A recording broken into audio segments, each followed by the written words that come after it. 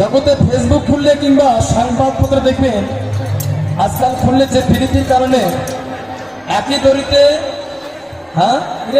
দেখেছিস সেদিন একই দড়িতে দুজন গলায় দড়ি দিয়ে মরে গেছে। কেন না তারা প্রেমটাকে অমর করেছে নিজে মরে, নিজে মরে ভগবান ভালোবাসাটাকে অমর করে রেখেছে। কিন্তু এ তো প্রীতি নয়।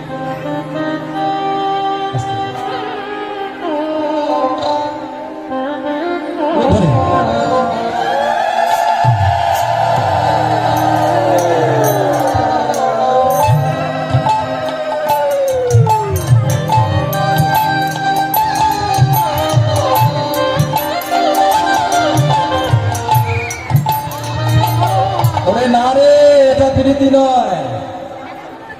ও মায়েরা, প্রীতি কাকে বলে জানেন? পি শব্দে পীড়ন করে দর্শ ইন্দ্রিয় গয়, রি শব্দে রিপুগণে করায় দমন, পি শব্দে তৃপ্ত সদা হরি গুণগানে, প্রীতির লক্ষণ সদা চণ্ডী দাস।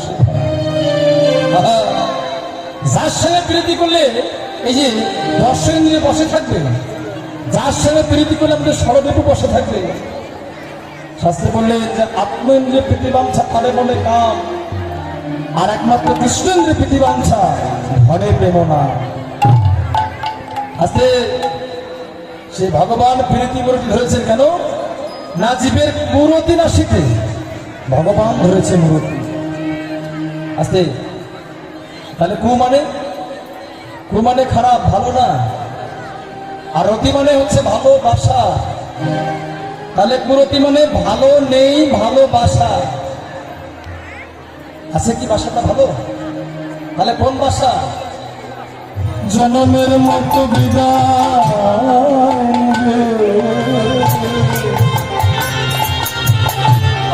সেদিন একমাত্র গোবিন্দ বিনে,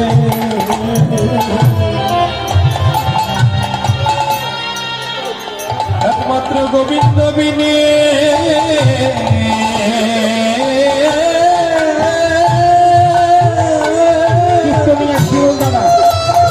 কাগজটা একটু লক্ষ্য করেন। আর কেউ যাবে তারা আমাদের কি গান গাইতে দিবেন?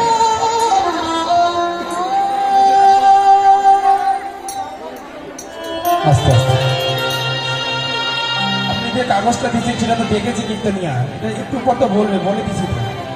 যাই হোক, প্রথমে ক্ষমা চেয়ে নিচ্ছি, আমি ক্ষমা চেয়ে নিচ্ছি বাবা। আসলে আমি আগেই বলেছি কীর্তনটা হচ্ছে ভাব সঙ্গীত। তো যেহেতু একটা পর্যায়ে ভাবের পর্যায়ে এসে গেছে, তাই বারবার এমনি কথা বলে আসলে ভাবটা নষ্ট হয়ে যায়। আসলে ভাবটা কিন্তু সময় লাগে, এমনি ভাব আসে না। এই ভাবটা এমনি আসে না।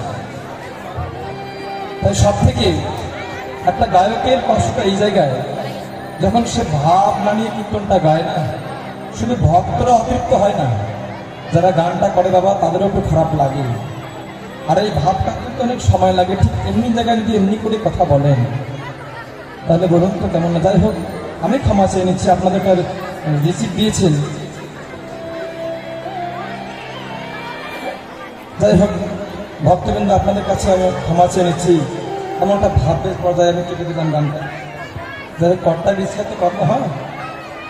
তো অনেকক্ষণ আগে শুরু থেকেই অনেকে আমাকে দান করে গেছেন, কেউ গীতা, কেউ ফল, কেউ অর্থ, তাই না? আস্তে আস্তে মায়েরা এই জায়গাটা একটু ভালো করে শুনতে হবে। আসলে কেন শুনতে হবে জানেন? কিছু মাহাত্ম্য আছে। যেমন এই কমিটি বাবা হরিবাসরের আয়োজন করেছে। এই হরিবাসর এমনি এমনি হয় না। যদি কেউ মনে করে যে আমি একা হরিবাসর দেব, তথাপি কমপক্ষে তাকে 3টি বারে ভিক্ষা করতে হয়, হয় না?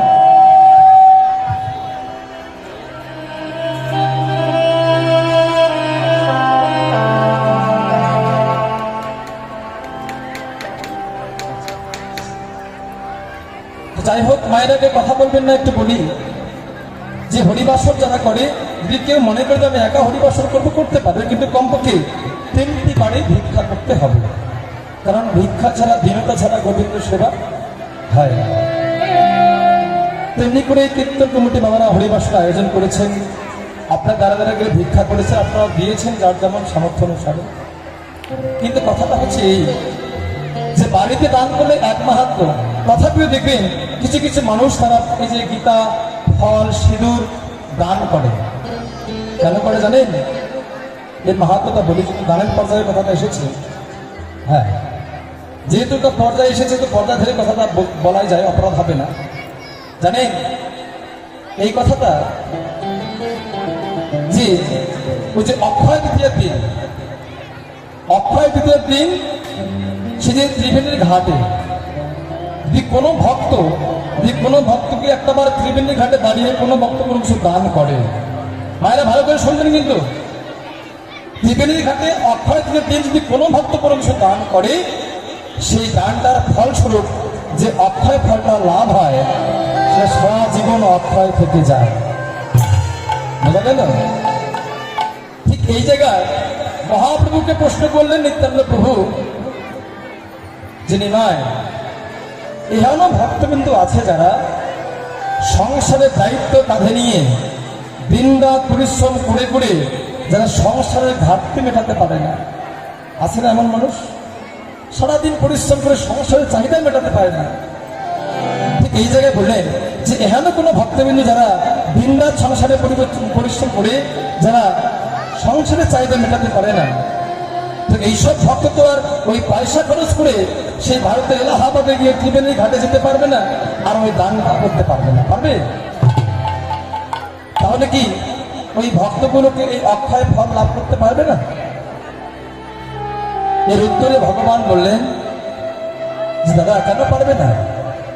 তুমি যাও, আমি আদেশ করলাম তুমি এই ভারতবর্ষের প্রত্যেকটা গ্রামে গ্রামে তুমি একটা ত্রিবেণীর ঘাট সৃষ্টি করো। এই ভারতবর্ষের প্রত্যেকটা গ্রামে গ্রামে তুমি ত্রিবেণীর ঘাট সৃষ্টি করো। এই যে কীর্তন হচ্ছে না, এটা শুধুমাত্র নববৃন্দাবন ধাম নয়, কোনো হরিনাম যজ্ঞ নয়, এটা ত্রিবেণীর ঘাট। এটাই ত্রিবেণী ঘাট। তত্ত্বটা কেমন জানেন? ওই ত্রিবেণী ঘাটের তিনটি নদী আছে। কি কি? একটা গঙ্গা, একটা যমুনা, আর একটা সরস্বতী, তাই তো? তাহলে গঙ্গা, যমুনা, সরস্বতী একই জায়গায় একই ধারায় প্রবাহিত বইছে, কিন্তু কোনো জল কারোর সঙ্গে মিশে না, তাই তো?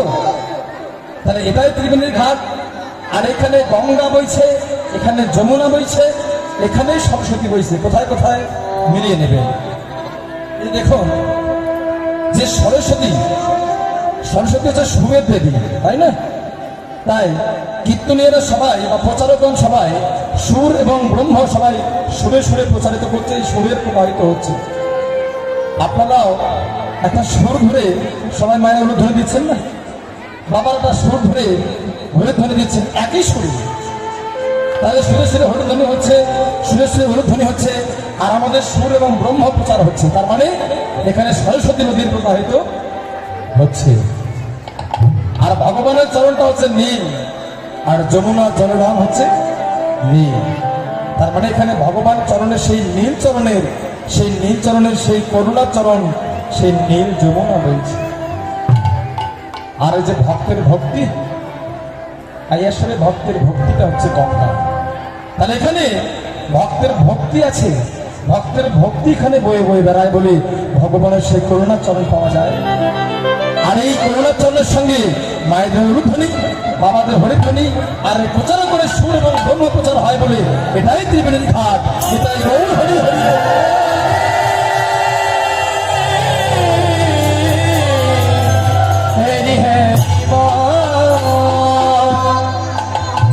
তার মানে বুঝি যাই হোক, কোনো কিছু কর্ম করলে জেনে করা ভালো। ওই যে গীতা দিতে হয়, ফল দিতে হয়, এক দিদিমা দিয়েছে বলে আমিও দেই তা নয়। এটা ত্রিবেণীর ঘাট। মহাপ্রভু বলছে যে তুমি যাও প্রত্যেকটা গ্রামে গ্রামে থেকে ত্রিবেণীর ঘাট সৃষ্টি করো। আর সেই ঘাটে গিয়ে যারা সংসারের দায়িত্ব নিয়ে যারা ওই ত্রিবেণী ঘাটে যেতে পারে না, তারা যদি এই ত্রিবেণী ঘাটে দাঁড়িয়ে যদি কোনো কিছু দান করে, সেই ঘাটটা অক্ষয় ফল হয়। তাহলে এজন্য বাড়িতে কে কেমন দান করেছেন হরিবাসনের জন্য সেটা কিন্তু আলাদা নয়। তাই হরিবাসনে এসেছেন, আমারটা পৌঁছে বাবার ওই যে দান বাক্স খুলে রেখেছে। এবং বাবা কেউ যাবেন কি? কেউ যাবেন কালেকশনের জন্য? যাবে? গেছে কই? তাহলে আমাদের কমিটির বাবা থেকে আমাদের দু একজন তারা ভিক্ষা করতে যাবে। এমনি দেখবেন ওই যে মনোহরের দোকানে মন হরণ করে নিয়ে কত কত জিনিস আমরা কিনি, পয়সা খরচ করি না, চায়ের দোকানে 4 মিনিটে যায়। হ্যাঁ, তাহলে এই 10 টাকা হোক, 5 টাকা হোক, 20 টাকা হোক, যার যেমন সামর্থ্য অনুসারে ওখানে দান করলে কিন্তু এই দানটা বিফলে যায় না। এই দানটা ওই হাজার হাজার বৈষ্ণবের সেবা হয়, কত কত অগণিত বৈষ্ণবের সেবা হচ্ছে। এই মাত্র 10 টাকা 5 টাকা দিয়ে আপনার সেই বৈষ্ণব সেবার ফল আপনারা গ্রহণ করতে পারেন। এটাই গৌর প্রেমানন্দের হৃদি।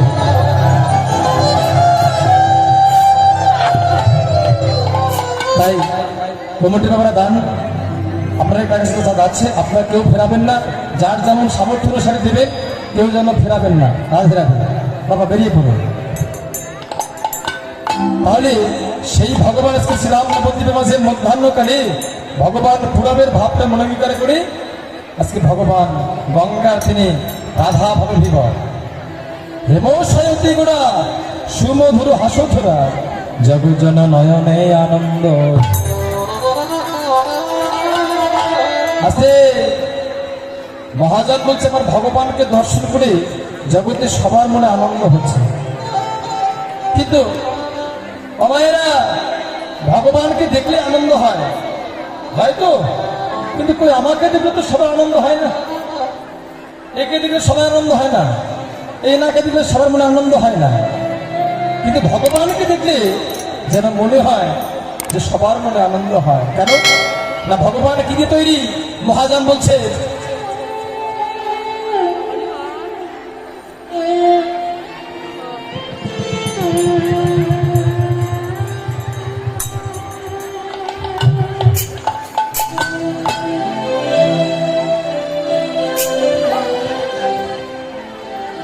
যাই হোক মায়েরা, আমি তো আপনাদের রংপুরেরই মানুষ, বেশি দিন নয়, টিলগাছা গেলে আমাদের বাড়ি। হ্যাঁ, তো যাই হোক আমার কীর্তন এখানে আছে বলে আমাদের গ্রাম থেকে অনেক বয়োজ্যেষ্ঠ পিতা সমতুল আমার জ্যাঠা আমার সবাই এসেছেন, খুব ভালো লাগলো। আসলে আমার তো কীর্তন সবসময় এলাকায় খুব হয় না মায়েরা। 2-3 বছর আগে এখানে আমার কীর্তন গুরুদেব এসেছিল, চৈতন্য অধিকারী যশোর, যারা চিনেছেন। তো সেই সূত্রে ওখানে কীর্তন শেখার ক্ষেত্রে আমার আর এদিকে আসা হয়নি, তাই আসলে রংপুরে আমার তেমন অনেকে চেনেন না।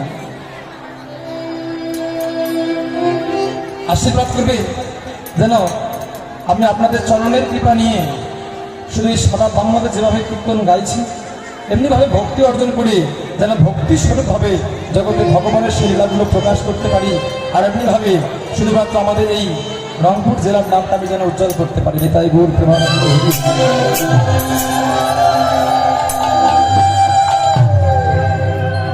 তাহলে ভগবানকে দেখলে আনন্দ হয় কেন না, ভগবান কিসের তৈরি? মহাজন বলছেন ওরে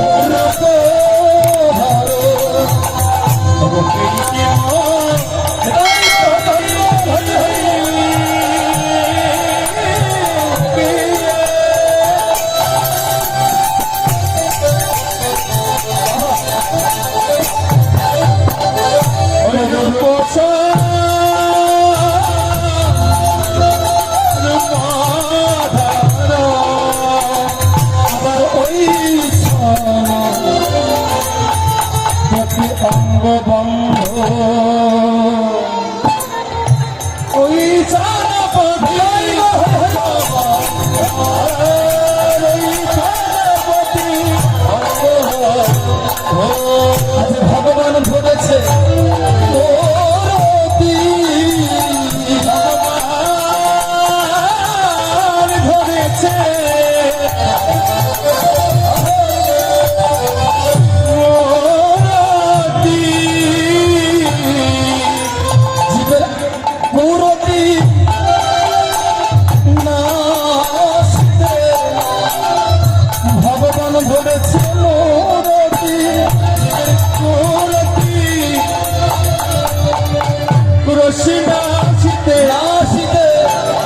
ভগবান ধরেছে মোর